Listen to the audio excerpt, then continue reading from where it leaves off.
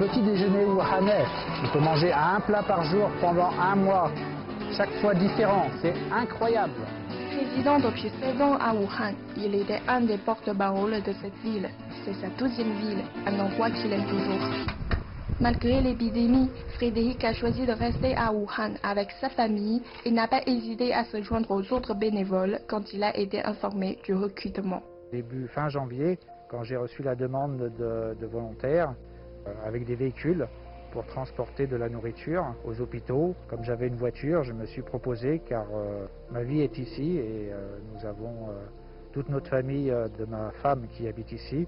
Je suis pas malade, donc je peux aider. Le groupe des bénévoles auquel Frédéric a adhéré a été organisé spontanément par une douzaine de gens ordinaires. Ils sont toujours disponibles pour le personnel médical qui en aurait besoin. Dès qu'il y a une demande, ils interviennent même tard dans la nuit.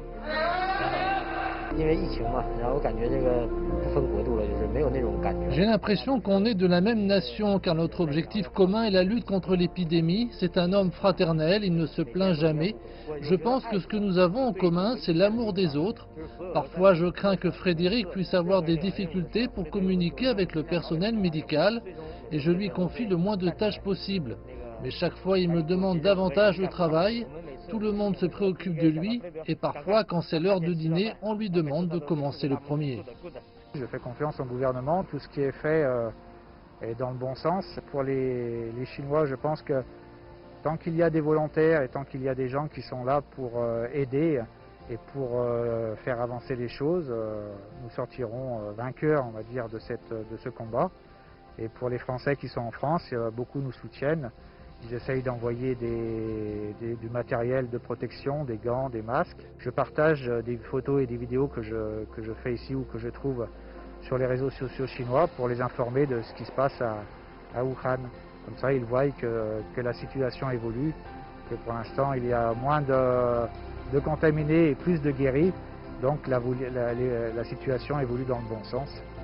Son épouse est très favorable à son bénévolat. Elle dit qu'un citoyen doit prendre ses responsabilités. Nous espérons pouvoir apporter une aide substantielle, en particulier lorsque l'on voit que le personnel médical a besoin d'aide.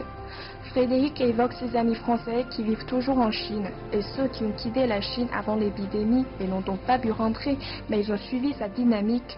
Tous estiment que l'épidémie sera bientôt terminée et qu'ils pourront dire à nouveau « Bienvenue à Wuhan ». Wuhan, here I come. Wuhan, I'm coming. 我爱武汉，我爱武汉。